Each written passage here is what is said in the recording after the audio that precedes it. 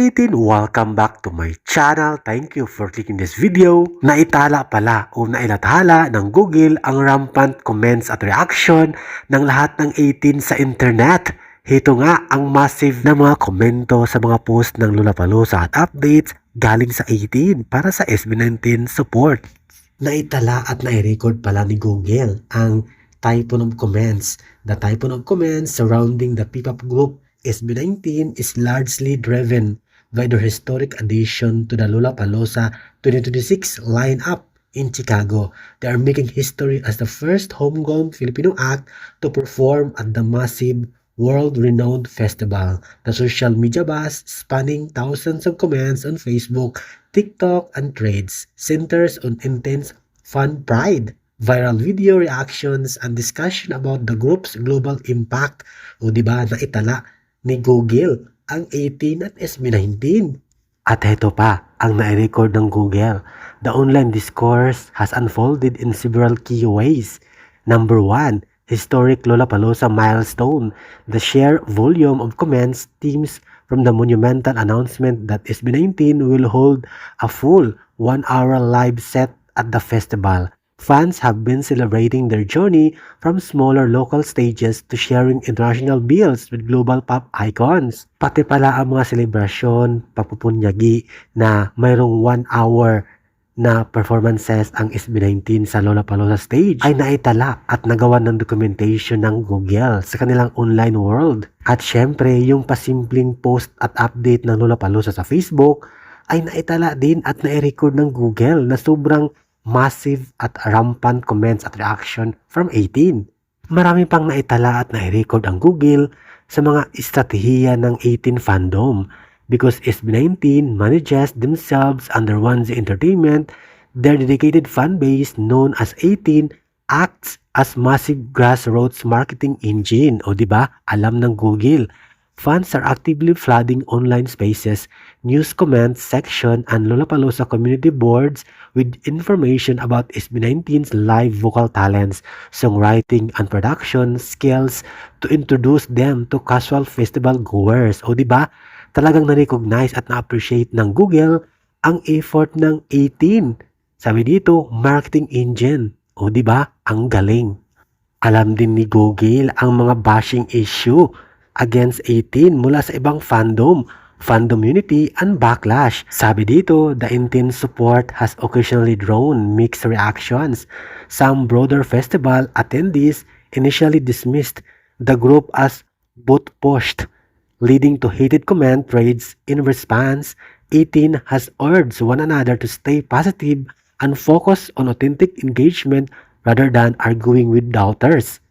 There have also been massive online movements supporting the whole P-pop industry, celebrating milestones by SB19 and groups like Benny together to avoid crab mentality.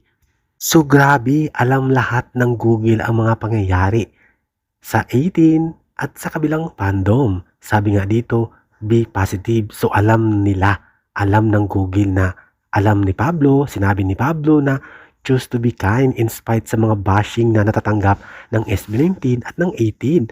Andyan din ang crab mentality, aware, at nakarecord yan sa Google. Alam ng Google ang fandom war, ang bangayan sa Facebook, kahit sa ang social media, dahil lamang sa comparison at mga hilaan issue between Bini at SB19. At lastly, ito ang nai-record at naitala ng Google. Global P-pop triumphs.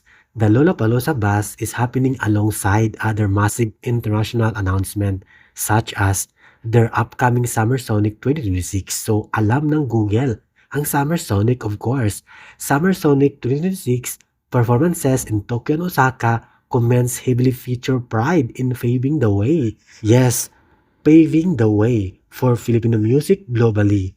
For a breakdown of what makes SB19 trajectory to major international festivals like Lollapalooza so significant for the Filipino music industry. So, alam ng Google na gaano ka-pride ng Pilipino ang SB19 na mag-perform sa Tokyo at Osaka. At alam din na 2 days na ang performances ng SB19 sa Summer Sonic sa Japan, Tokyo at Osaka. O diba, nakaka-proud, alam lahat ng Google.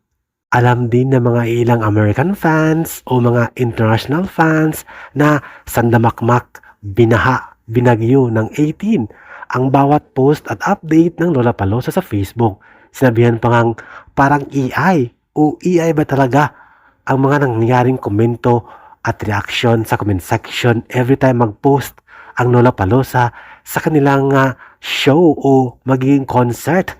At heto nga ang mga komento. May mga ilang nagkomento na AI daw o auto comments ang nangyayari sa baba ng comment section every time may post ang Lollapalooza, at halos SB19 o lahat talaga SB19 at 18 ang nagkokomento. 18 hindi pinalampas ang komentong ito na tinawag silang AI ng mga ilang American fans dahil auto comments daw ang nangyayari. Puro SB19 at 18. Ang aking masasabi, hindi po yan AI. At lalong hindi po yan auto-comments. Totoong-totoo po yan. Sa mga tuwid, punta po kayo sa official account ng Lollapalooza at tingnan doon at basahin. Puro lahat 18 at SB19. Hindi po yan AI, hindi AI. Totoong-totoo po yan na komento.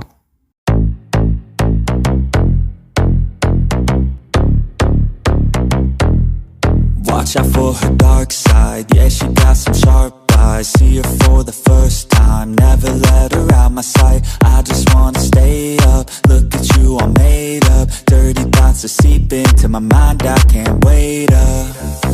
Ooh, she looks so good, got me straight in the mood. She read that room, she know just what to do. Moving that body, she dancing and shaking. It's making them crazy, she know how to move. She said she's ready to party. Let's get it started. Tequila straight out the bottle. She looks so good when she's sipping a model. I can't get enough. I need you. I think this is lust, not love. Cause everything that we touch gives us a rush. And everything that we taste feels like a drug. Da da da da da da. Da da da da da da da da da da da da da da da da da da da.